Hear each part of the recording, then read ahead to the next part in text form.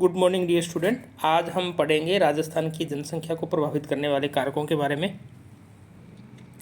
पिछली वीडियो में अपन ने पढ़ा था राजस्थान की जनसंख्या के बारे में, जो जनसंख्या बढ़ रही थी, उत्तरोत्तर बढ़ रही है, और उनके कारणों की चर्चा करते हैं।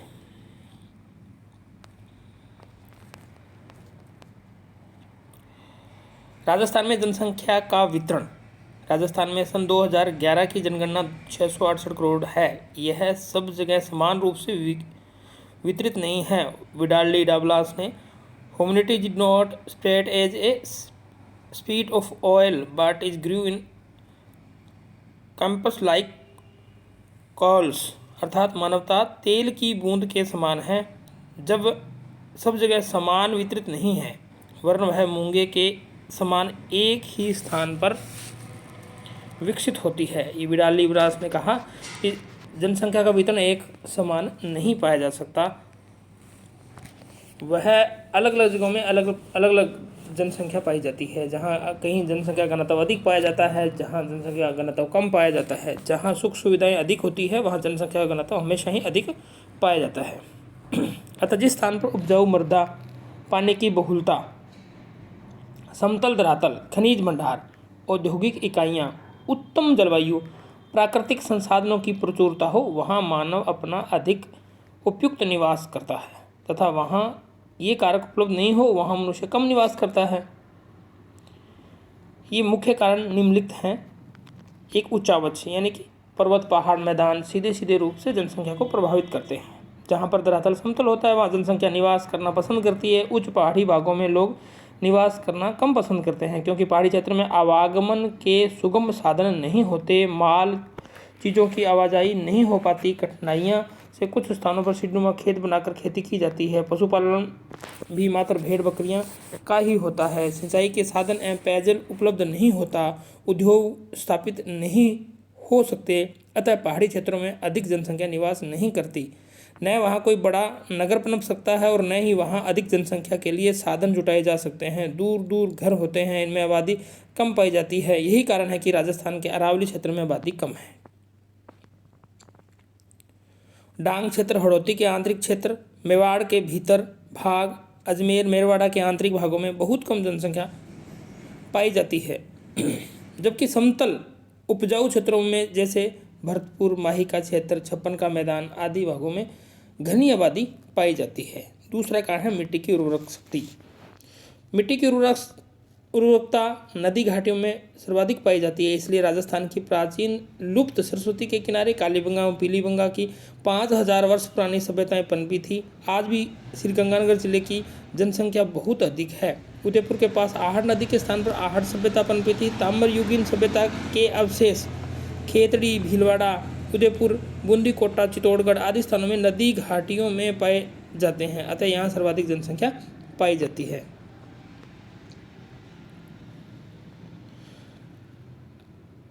आज भी सर्वाधिक जनसंख्या माही नदी के मैदान, चंबल के मैदान क्षेत्रों, बनास के मैदान क्षेत्रों, ढूंढ, बांडी, मासी, मोरेल, बाणगंगा, लूणी एवं चंबल के समतल क्षेत्रों में पाई जाती है। इसलिए इन क्षेत्रों में आबादी अधिक पाई जाती है। इसके विपरीत अनुवर्ती मरुस्थलीय क्षेत्र, क्षारीय एवं अम्लीय मिट्टी, ताल छापर, नालियासर, सांभर, कुचामन का खरड़ा, डीडवाना क्षेत्र आदि में कृषि कार्य नहीं हो सकता। अतः जनसंख्या कम पाई जाती है। मरुस्थलीय क्षेत्र जैसे जैसलमेर, बाड़मेर में जनसंख्या न्यून पाई जाती है।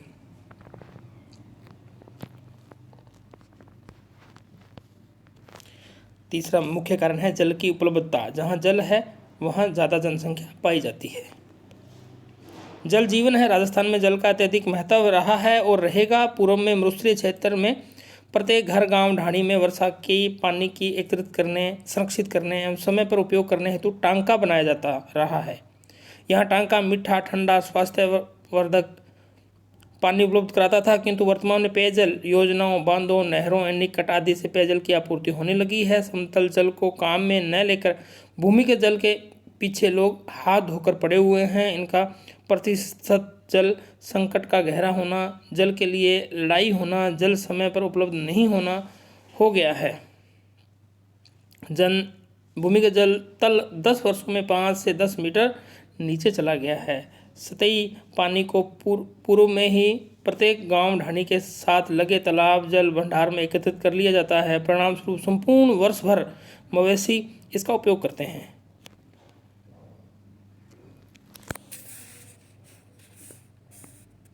लोग अपनी दैनिक आवश्यकता की पूर्ति करते थे तथा साथ ही इसका पानी भूमि में प्रवेश कर समीप के कुओं का जल तल ऊंचा में सहायक सिद्ध होता था। किंतु इन तालाबों या अवरोध पैदा करने की ओर ध्यान नहीं जाने एवं स्थायी पानी के बेकार हो जाने के कारण हर स्थान गांव ढाणी शहर में पानी की समस्या पैदा हो गई है। किंतु यहाँ पानी है, नदी बहती है, वहाँ आबादी आवश्यक निवास करती है। कोटा चंबल के किनारे, जयपुर ढूंढ नदी के किनारे, बांसवाड़ा माही नदी के किनारे, टोंक बनास नदी के किनारे, जहाजपुर बनास पर, भरतपुर बाणगंगा एवं गंभीर पर बसे हुए हैं। पुष्कर झील, पुष्कर, अन्ना सागर एवं फॉय सागर, अजमेर, पिछोला, फतेह सागर के सारे, उदयपुर, सिलीसेड, जयपुर, जैसमंद के सारे, अलवर, राजसमंद के सारे, कांकरोली, राजसमंद शहर स्थित है। किंतु मरुस्थल में जहाँ पानी उपलब्ध नहीं है वह जैसलमेर बाड़मेर का क्षेत्र वीरान पड़ा है। जनसंख्या बहुत कम पाई जाती है। लाठी क्रम का पानी प्राप्त होने पर जैसलमेर का अस्तित्व बच गया है। कायना झील के सारे, बीकानेर एवं बालासागर झील के सारे, जोधपुर इसी कारण बसा है। इंदिरा गांधी नहर एवं गंगा नहर के पानी की उपलब्धता के कारण ही श्रीगंगानगर जिले की एवं कोटा की चंबल परियोजना के कारण जनसंख्या अधिक है। मरुस्थलीय क्षेत्र में जहां ट्यूबवेल नागौर एवं सीकर जिले में है वहां अब आबादी बसी है। जनसंख्या वहां विरल जनसंख्या पाई जाती है। गंगानगर, हनुमानगढ़, बीकानेर, सूरतगढ़, अनूपगढ़, रावसर आदि क्षेत्रों में सन 1927 से पूर्व मरुस्थल अवस्थाएं थी। सन 1927 में गंगा नहर के आने से इसके पश्चात इंदिरा गांधी नहर द्वारा पानी प्राप्त होने से जैसलमेर एवं गडरा रोड तक कायापलट हो गया है। हरित क्रांति से जनसंख्या का समूह उमड़ गया है। वहाँ इंद्रधनुष क्रांति का सूत्रपात हो चुका है। माल्टा, चुकंदर, किन्नू, गुलाब, मूंगफली, अनार, अंगूर आदि विविध फसलें उगाई जाती है। इसी कारण पानी मिलने से क्षेत्र में जो पहले वीरान पड़ा था अब जनसंख्या की सघनता से भरपूर पाया जाने लगा है। अतः उपजाऊ मिट्टी, समतल भूमि एवं पानी की उपलब्धि यहाँ होती है वहाँ जनसंख्या सघन पाई जाती है, जबकि अन्य क्षेत्रों में विरल पाई जाती है। चौथा महत्वपूर्ण कारण है जलवायु।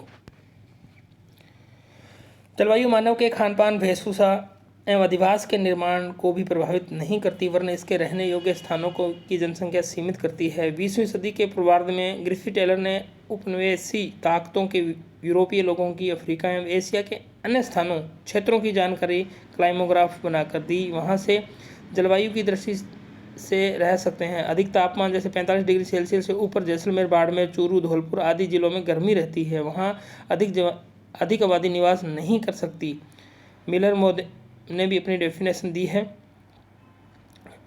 Climate is by far of the most potent factor among all in defining of the distribution of the population in any geographical region. इसी प्रकार प्रोफेसर डेम्बलेस्टाप ने भी लिखा है, देयर इज नो डबल that climate is the primary determining factor is the present distribution of the population.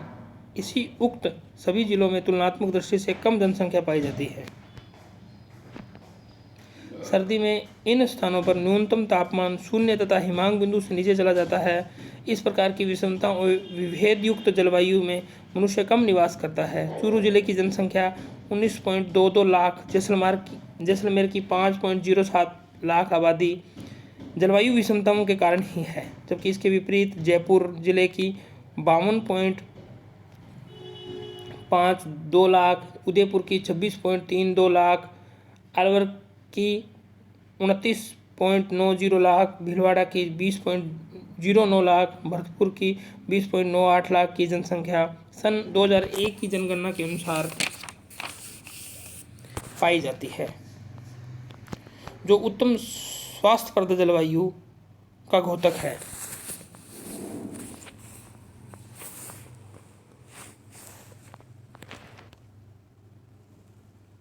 जहाँ तुलनात्मक रूप से अधिक होती है वर्षा, वहाँ जनसंख्या अधिक निवास करती है। जनसंख्या के पश्चिमी हिस्से 12 मरुस्थलीय जिलों में वर्षा 500 मिमी यानी कि 50 सेमी प्रतिवर्ष से कम होती है, तो इन जिलों में जनसंख्या कम विरल पाई जाती है। जबकि पूर्वी भाग, दक्षिणी पूर्वी भागों में वर्षा की अधिकता के कारण जनसंख्या अधिक पाई जाती है, इसलिए कोटा, सवाई माधोपुर, टोंक, भरतपुर, अलवर, जयपुर आदि जिलों में अधिक जनसंख्या मिलती है।